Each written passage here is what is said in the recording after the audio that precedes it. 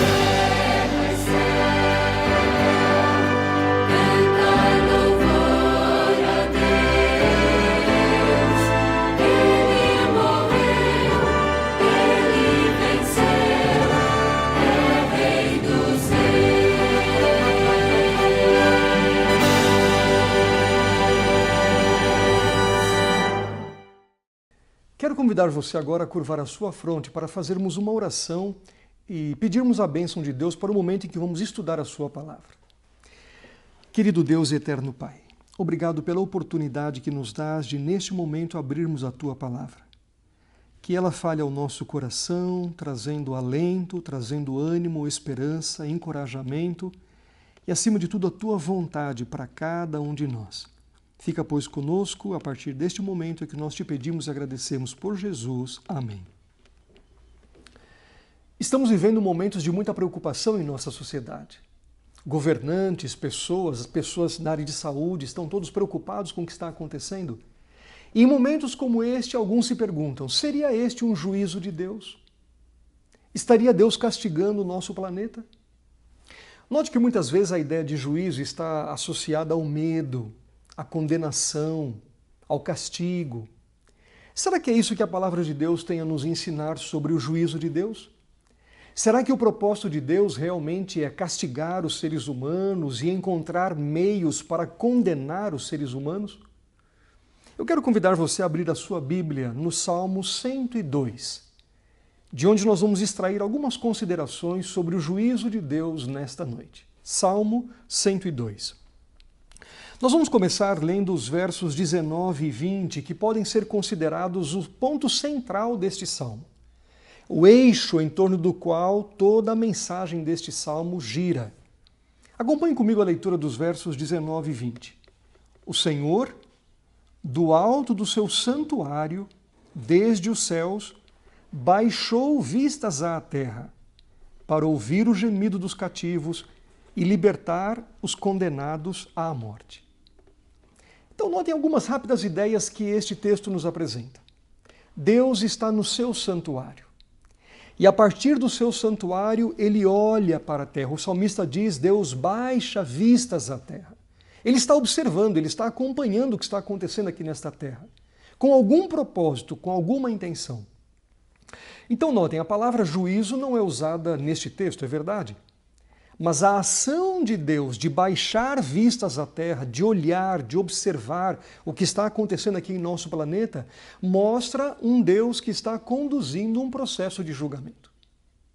Por que isto? Qual é o propósito de Deus? Qual é a intenção de Deus com este julgamento? Voltemos agora ao início deste salmo e vamos perceber então as consequências e as implicações do juízo de Deus. Acompanhem comigo a leitura a partir do primeiro verso. Ouve, Senhor, a minha súplica, e cheguem a ti os meus clamores.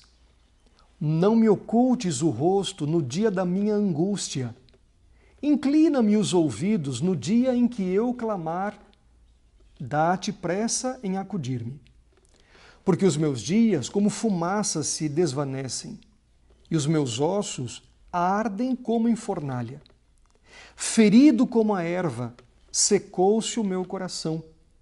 Até me esqueço de comer o meu pão. Os meus ossos já se apegam à pele por causa do meu dolorido gemer. Sou como o pelicano no deserto, como a coruja nas ruínas.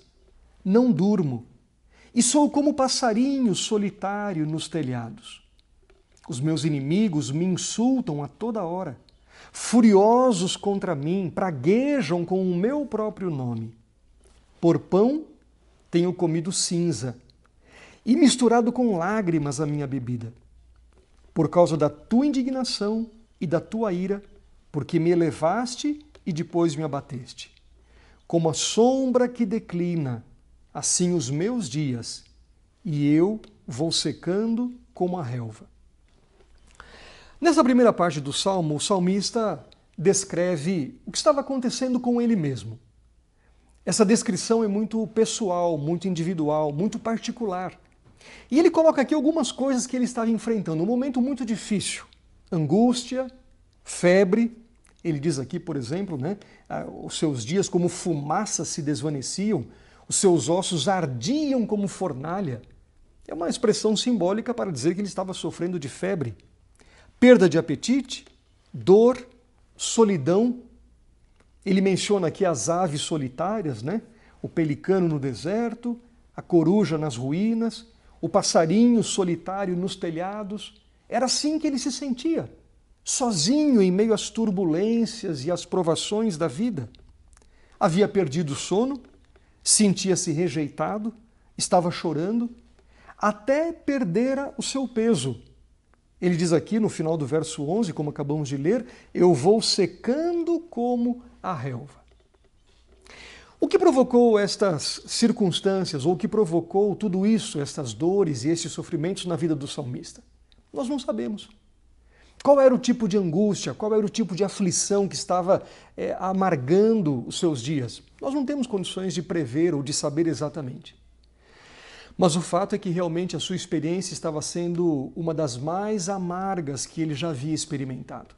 Talvez como você, que em algum momento da vida já passou por uma circunstância semelhante a esta. Ou agora, quando o planeta todo está preocupado com esta epidemia, com esta pandemia, também algumas vezes sente-se desta maneira. E note que é nesta condição que o salmista se dirige a Deus no seu santuário. E pede que Deus baixe os seus olhos e observe o que está acontecendo na terra. Vejam que interessante, o salmista não tinha medo de Deus assentado no santuário. O salmista não temia que Deus baixasse os seus olhos para avaliar, para observar, para acompanhar o que estava acontecendo aqui. Em outras palavras, o salmista não tinha medo do julgamento ou do juízo de Deus. Pelo contrário, ele clamava por este julgamento. porque ele sabia que um dos resultados desse julgamento seria o seu livramento, seria a sua justificação diante daqueles que muitas vezes o acusavam. Assim nós podemos dizer que um dos objetivos do juízo de Deus está relacionado com o indivíduo. E o juízo de Deus é uma evidência de que Deus se preocupa com cada pessoa.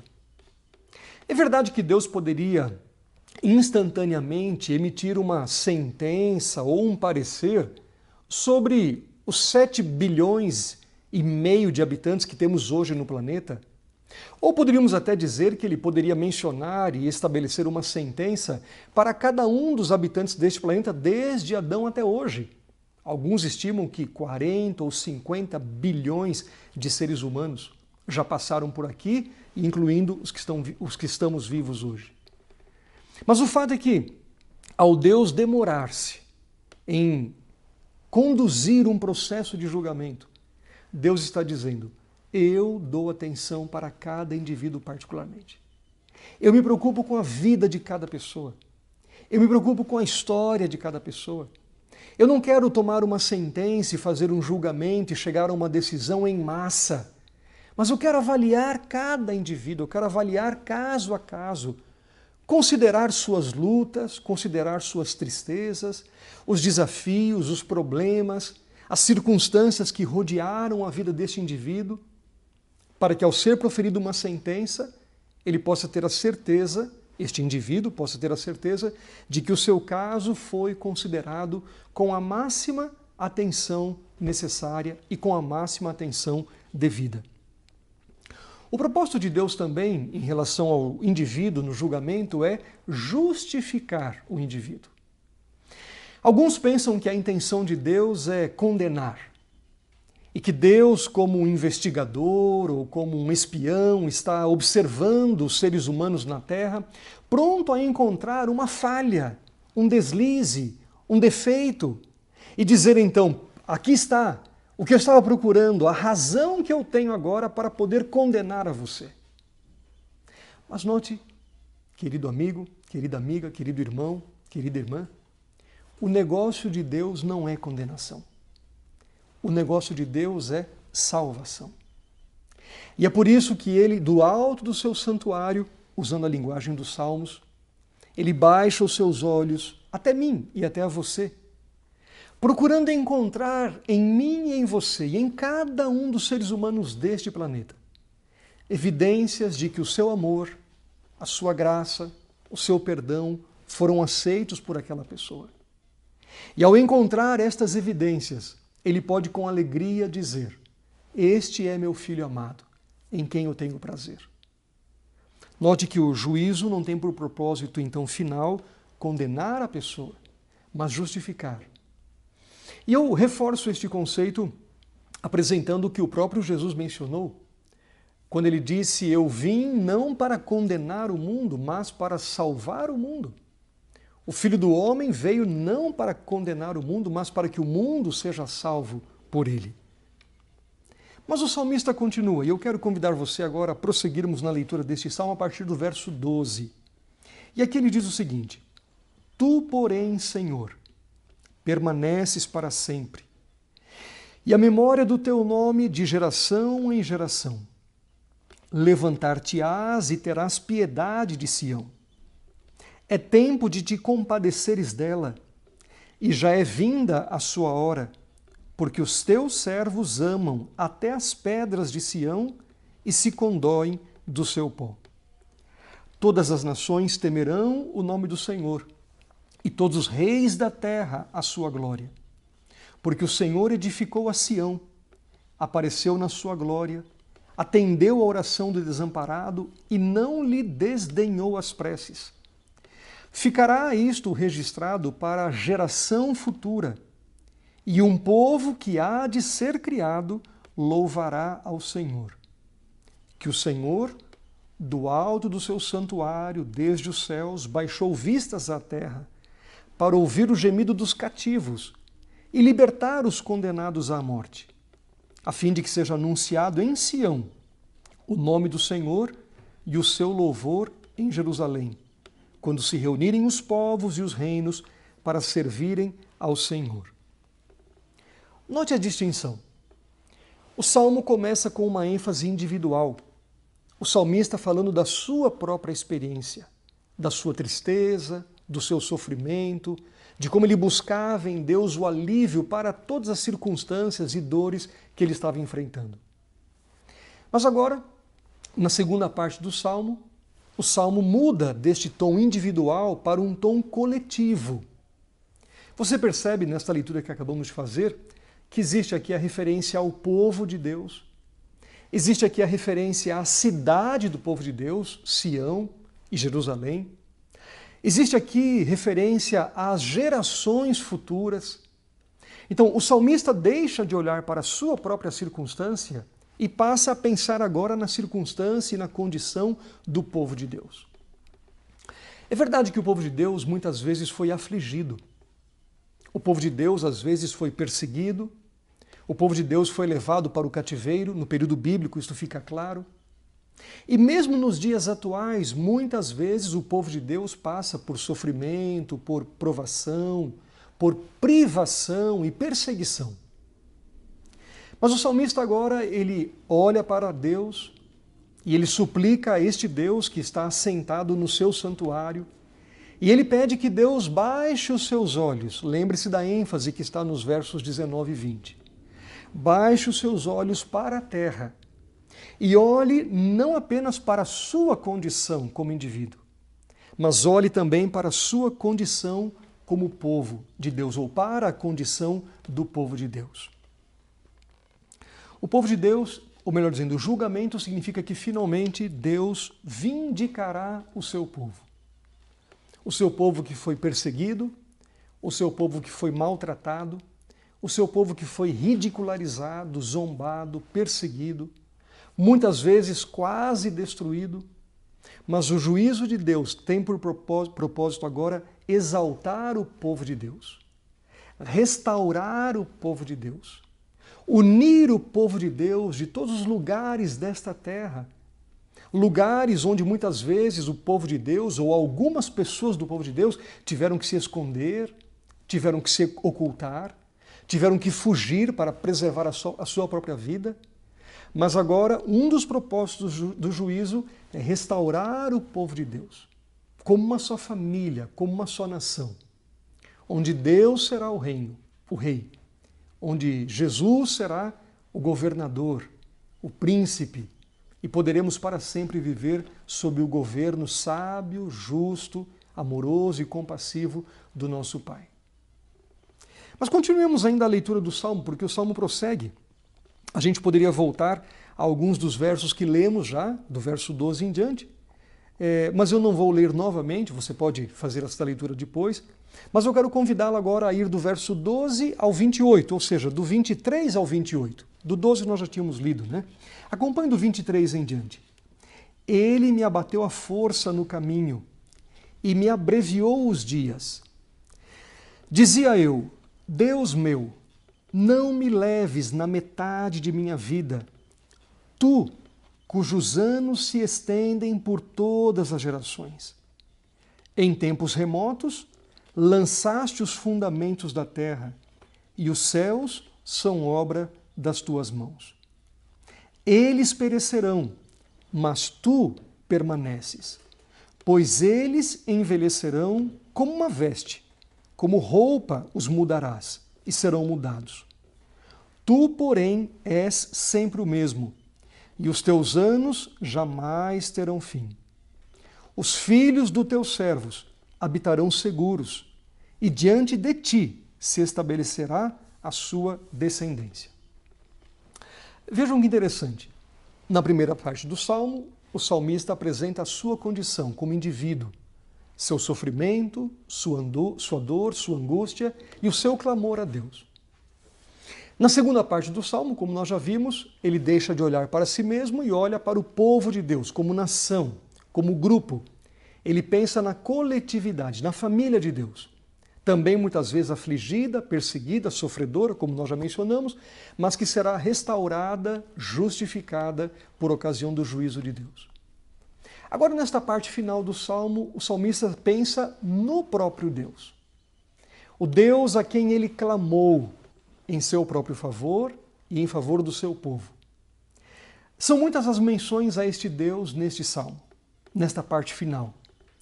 Ele diz aqui que este Deus é o Deus Criador, o Deus que lançou os fundamentos da terra, conforme está no verso 25, o Deus que permanece para sempre, conforme está no verso 26, o Deus imutável, que é o mesmo ontem, hoje e eternamente, conforme está no verso 27, o Deus que governará para todo sempre, conforme está no verso 28.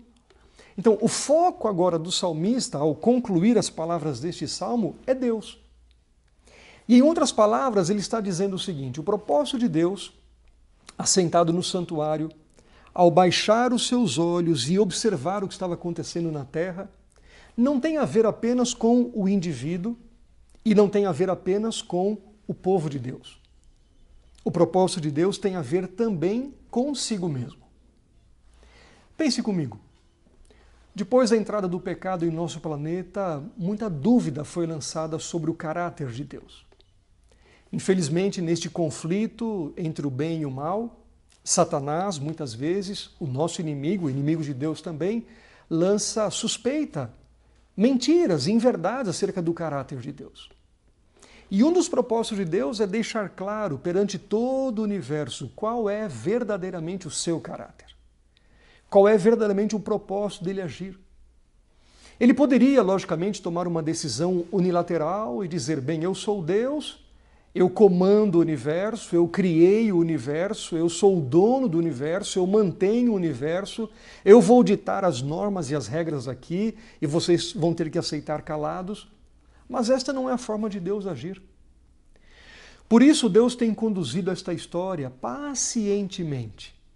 Às vezes, do nosso ponto de vista, até longamente. Mas para que toda criatura, para que cada ser humano possa chegar à sua conclusão acerca do caráter de Deus. De modo que quando for emitida a sentença final no juízo de Deus, não haja dúvidas sobre o caráter amoroso, paciente, pacífico, bondoso do Deus que criou todas as coisas. Então notem, queridos amigos e irmãos, que o salmista descreve aqui 3 aspectos principais do juízo. Mas nós não poderíamos terminar ainda estas considerações sem acrescentarmos um outro aspecto. Este aspecto é mencionado de forma implícita no Salmo, não é claramente citada no Salmo.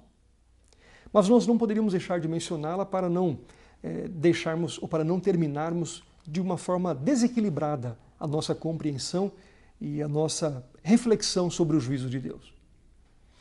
É verdade que o juízo de Deus tem por objetivo o indivíduo, restaurar o ser humano, livrar o ser humano de seu sofrimento, de suas lutas. É verdade que o juízo de Deus tem por objetivo o povo de Deus também, restaurar o povo de Deus, a sua condição inicial planejada por Deus. É verdade que o juízo tem a ver com o próprio Deus também, para que não haja dúvida acerca do caráter de Deus. Mas o juízo também vai estar lidando com o pecado. Porque, em última análise, o pecado e o originador do pecado foi quem trouxe o sofrimento para todos os indivíduos. Foi quem trouxe todas as aflições para o povo de Deus. E foi, como já dissemos nessa noite, quem lançou dúvida também sobre o caráter de Deus. E talvez esteja aqui o que a gente poderia chamar de aspecto negativo do juízo. Porque até aqui o que nós vimos é o aspecto positivo do juízo. E como o juízo será benéfico, como o juízo será bom para a pessoa, para o indivíduo, para o povo de Deus e para o próprio Deus. Mas o aspecto negativo é que o juízo tem por propósito condenar o pecado. E condenar o originador do pecado. É por isso que Jesus, se referindo ao juízo final, ele também diz que o fogo foi preparado para o diabo e para os seus anjos. Porque Deus agora processará e realizará uma obra de purificação de todo o universo, eliminando o pecado que trouxe sofrimento, angústia, dor, que lançou dúvidas sobre o próprio caráter de Deus, que muitas vezes lançou o povo de Deus na miséria, no sofrimento, na perseguição. E assim, um dos resultados do juízo de Deus é finalmente a condenação e a eliminação de todo o pecado no universo. Mas note, eu gostaria de enfatizar este ponto e este aspecto. Aqueles que estão junto com Deus, aqueles que confiam em Deus, aqueles que clamam a Deus, aqueles que colocam a sua vida nas mãos de Deus, não precisam temer o juízo. Se você está preocupado com os acontecimentos recentes, ou com os acontecimentos que ainda poderão ter lugar em nosso planeta, não há razão para temer. Os juízos de Deus, quando se manifestarem, eles preservarão o povo de Deus. Eles exaltarão o povo de Deus. Eles restaurarão o povo de Deus. Eles resgatarão o povo de Deus deste planeta mau, de sofrimento e de dor. A condenação será somente para o pecado, para o originador do pecado e para aqueles que eventualmente não aceitarem a graça e o amor de Deus estendidos misericordiosamente para todos os seres humanos que vivem neste planeta. Assim, você e eu, ao passarmos pelos momentos desafiadores destes dias e outros piores que poderão acontecer, podemos com confiança erguer a nossa cabeça para o céu, como o salmista fez, e ter a certeza de que há um santuário no céu, de que Deus está neste santuário, e que de dentro deste santuário Deus baixa os seus olhos para a terra. Deus acompanha com cuidado, com atenção, com interesse, o desenrolar da história deste mundo.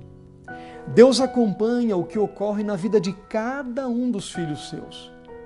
E todo o processo de julgamento que está tendo lugar no santuário celestial tem por objetivo abençoar, restaurar e livrar aqueles que confiam em Deus, o povo de Deus e, finalmente, o próprio Deus, para que não haja dúvida eternamente sobre o caráter de amor do nosso Pai que está no céu.